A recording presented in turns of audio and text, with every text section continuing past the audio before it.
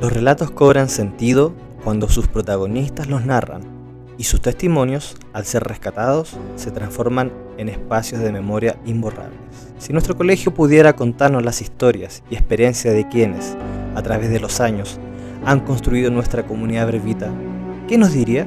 Mi nombre es Nicolás Romo, profesor de Historia del tercer ciclo, y los invito a escuchar a 23 estudiantes de cuarto medio del electivo Comprensión Histórica del Presente, que entrevistaron a 11 sujetos históricos para relevar sus experiencias y vivencias en la institución. Los invitamos a escuchar el podcast Rescatando un espacio de memoria en el verbo. Hola, muy buenos días a todos. Aquí estamos en otro capítulo más de este podcast. Hoy día nos encontramos José Ignacio Llanes, Martín Moreno, y nuestro invitado de hoy es el profesor José Luis Rebolleo. Y la asignatura es Comprensión Histórica del Presente, y los objetivos de este podcast son elaborar preguntas y explicaciones históricas a partir de problemas o tópicos presentes en el contexto local y nacional, considerando categorías y metodologías propias de la disciplina, y participar en el desarrollo de iniciativas de historia local, recogiendo relatos y fuentes propias de la comunidad cercana para revelar espacios de memoria. Bueno, para partir, nosotros queremos partir con una pregunta descriptiva que nos hace mirar un poco atrás, y sabiendo que el profesor Rebolleo lleva hartos años en el colegio, ¿cómo eran las relaciones entre alumno-profesor en los años en que entró a trabajar en el colegio? Bueno, yo entré en el año 83, ustedes comprenderán otro contexto país, otro contexto social. Sin embargo, en el Verbo Divino siempre la relación profesor-alumno ha sido muy cordial, de mucho respeto y de mucha colaboración. Y en aquellos años con mucho interés por aprender, mucho interés de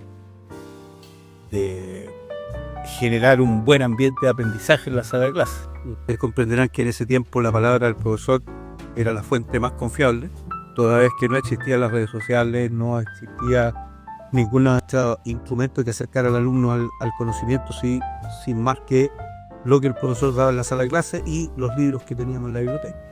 Entonces en ese sentido era más acotado y necesitaba el alumno tener mucha más atención en el discurso pedagógico. Bueno, ahora con una pregunta comparativa, ¿en qué ha cambiado el ambiente al interior de la sala de clases en comparación a los primeros años que trabajó acá? Yo creo que se ha dinamizado. Ya en los tiempos que yo llegué, la educación era mucho más bancaria, vale decir, era una educación tarima y el discurso pedagógico a su grupo de alumnos que escuchaba a su profesor con mucha atención, con situaciones de disrupción como es siempre en un ambiente adolescente, pero sin embargo se mantenía una disciplina y una conducta fundada principalmente en que la clase era expositiva. Entonces el alumno no podía distraerse mayormente. ¿Qué ha cambiado? Que hoy día la clase se ha dinamizado, va a decir, hoy día la clase tiene otras herramientas pedagógicas, están los trabajos colaborativos, los trabajos cooperativos, las disertaciones, esto mismo que en este momento ustedes están llevando a cabo con el profesor Romo, le ha dado a la clase una dinámica distinta. ¿Ya? La sala de clase ha salido al exterior, ¿no es cierto?, a buscar información, que los alumnos después la retrotraen, la comentan, la analizan, y eso hace una clase mucho más interactiva. Ya hoy día la relación profesor-alumno es más bien una relación de guía, ¿no es cierto?, de enseñando cómo hacer las cosas, más que del catedrático. Hoy día el profesor es más que acompaña pedagógicamente más que el que da la cátedra. Pensando que ambas cosas se pueden perfectamente compatibilizar, la cátedra con el trabajo marina. Perfecto. Y bueno, para seguir un poco en el mismo ambiente de preguntas de cambios durante el tiempo, Sí. le voy a leer una cita, un extracto de un texto de Jorge Larraín acerca de la identidad chilena. Puede afirmarse que la cultura es uno de los determinantes de la identidad personal. Todas las identidades personales están enraizadas en contextos colectivos culturalmente determinados. Así es como surge la idea de identidades culturales. Cada una de estas categorías compartidas es una identidad cultural. ¿Qué aspectos clásicos de la cultura verbita, en base a la definición de cultura y identidad cultural de antes y del colegio, han cambiado en los últimos años? Saliendo un poco más de la sala de clase, del estudio. Yo creo que el verbo ha mantenido una identidad en el tiempo, ¿ya? Y esa es la identidad de un colegio de rigor académico, de un colegio de formadores de dirigentes, de liderazgo social. Yo creo que es una identidad que en el Verbo Divino no ha mutado, se ha mantenido en el tiempo. Vale decir, hemos mantenido el rigor académico, pero también hemos sido capaces de ir generando liderazgo. Ahora, esa identidad, obviamente, en el tiempo ha ido tomando otras dimensiones, ¿sí? Características de la sociedad actual. Hoy día nuestra identidad es una identidad, yo diría, mucho más pluralista, ¿ya? Y yo observo que nuestra identidad ha ido mutando hacia una apertura a la realidad política, una apertura a la realidad social. Veo también un mayor compromiso de parte de ustedes por querer entender los procesos sociales, por querer entender lo que está pasando en el país. Yo creo que eso ha sido tremendamente importante porque le está dando también al colegio una identidad de análisis de la sociedad, le está dando una identidad también de un perfil de un alumno crítico, de un alumno que es capaz de generar un discurso para cambiar realidades. Quizás en los años que yo llegué, en los 80, eso era un poquito más pasivo, ¿ya? Era no tan concluyente como hoy día, ¿no? Hoy día es una identidad de un peso, yo diría, mucho mayor, ¿ya? Como tal. Sí. Bien. Y ahora una pregunta de tipo evaluativa.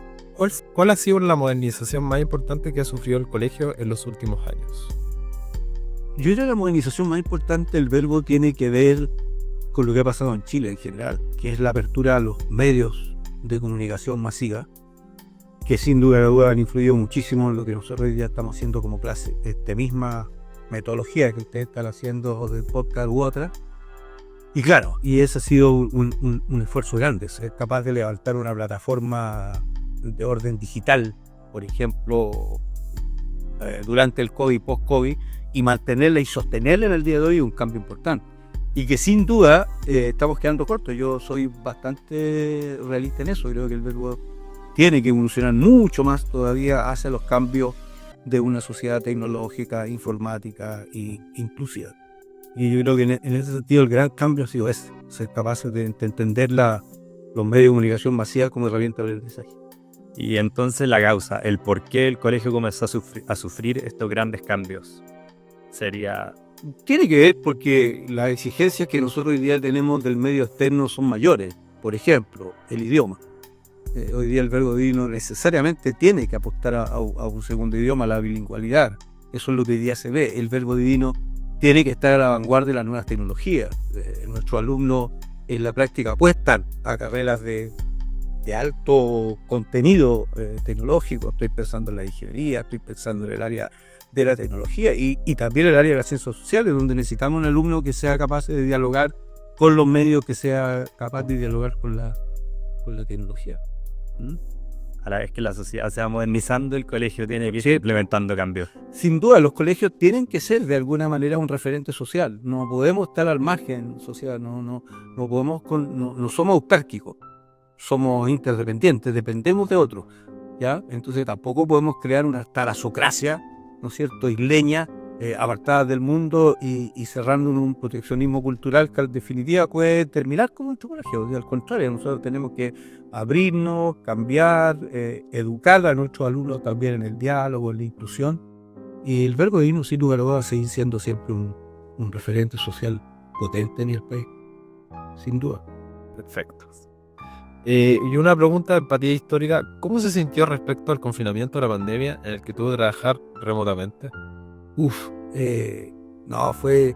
Tuvo varias aristas. Una, primero, el desafío de un profesor que ya llevaba más de 30 años en el colegio, de tener que manejar una tecnología que Nunca antes había visto. es claro, y que en definitiva tuvimos una capacitación de una semana, porque los papás nos exigían, porque el mail lo exigía, no podíamos quedarnos Pero lo menos había era tiempo. Claro, y sabíamos que otros colegios también estaban en lo mismo, y en ese aspecto nosotros teníamos que responder a la necesidad del momento. Entonces, y yo te diría que eso fue un gran desafío para mí, ¿ah? Y el otro, sin lugar a dudas, fue el confinamiento. ¿Ya? Yo creo que a nosotros como profesores, a mí en lo personal, me hacía mucha falta la comunicación con ustedes. Yo soy profesor de piel, soy profesor de vínculos, soy profesor de conversar, de abrir mis clases al diálogo, qué sé yo. Y en ese momento era tremendo, porque tú estás frente a una cámara, no todos estaban escuchándose algo realista, muchos estaban desconectados, entonces tú realmente te sentías hablando de ti mismo. A mí en lo personal no me resultó tan así, porque por la dinámica de mis clases de lectivo había mayor participación, pero fue un periodo complejo, difícil, yo diría triste, el no saber, no poder sentir al otro, no poder comunicarte con el otro, es una cuestión que en pedagogía es difícil, porque la pedagogía es vital. Bueno, y aquí aprovechando que tenemos al profesor Rebolledo, que lleva ya varios años en el colegio, queremos hacerle una pregunta volviendo bien para atrás, desde sus primeros años. ¿Qué sentimientos trajo el triunfo del no en la comunidad verbita? La pregunta... Sí, no le voy a decir no dudo. Mira, bueno, ese año 88 fue un año convulso, sin lugar a dudas. Lo vivimos de diferentes frentes, en el sentido que nosotros los profesores teníamos, por ética profesional, mantener una neutralidad, mantener una objetividad frente a los alumnos. Pero quiero decir que aquí en el Verbo nunca, y lo digo, lo subrayo, hubo censura, jamás hubo ninguna directiva ni ninguna editorial que nos impidiera conversar con nuestros alumnos sobre lo que el país en ese momento se estaba jugando, que era entrar en un proceso democrático o mantener la dictadura militar por otros tantos años más. Creo que fue un buen ejercicio cívico de comprensión de lo que se conversaba, de lo que analizábamos.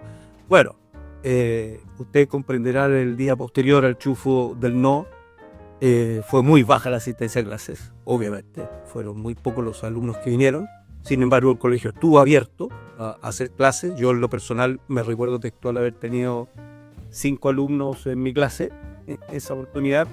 Y claro, con la incertidumbre propia de qué iba a pasar, qué iba a ocurrir después del no, con la preocupación constante de padres apoderados, en fin, era la sociedad que daba una vuelta en 360 grados y que había que asumir lo que estaba pasando. Pero debo decirlo a la Cámara que no hubo en ninguna situación violenta, no hubo nada de descalificaciones, muy por el contrario, el colegio retomó las clases después de ese 6 con absoluta normalidad, y ahí en adelante el colegio fue haciendo lo suyo, que es hacer clases y generando opiniones, pero yo diría que el impacto primero fue el tema de los resultados, que una parte importante no se lo esperaba, y en segundo lugar, claro, era la incertidumbre que venía en adelante. Perfecto. Muchas gracias por la respuesta, profesor, y ahora nos queda todavía una parte más. Mira, voy a hacer un ping-pong. Muy bien. Yo voy dando conceptos y usted tiene que responderlo en una palabra. Ya. Rectores. Grandes aliados de mi trabajo. Pero en una palabra, profesor, en una. Así que, no, pero está bien. Aliados. Sí, perfecto. Bien. Remuneración. Bueno. Centro de alumnos. Colaboradores. Tradición. Identidad. Perfil verdita. Desafío. Deporte. Excelencia. Alumnos. Discípulos. Recreos. Diversión. Institución. Un pilar. Colegas. Amistad. Perfecto. Bueno, y así finalizamos el podcast. Muchas gracias por acompañarnos y ojalá que nos acompañen. Los invitamos a seguir viendo los capítulos siguientes de este podcast. No, sí, gracias a usted, chicos. Muchas gracias, profesor, por haber aceptado nuestra invitación. Gracias a usted y que vayan muy bien. Igualmente. Gracias.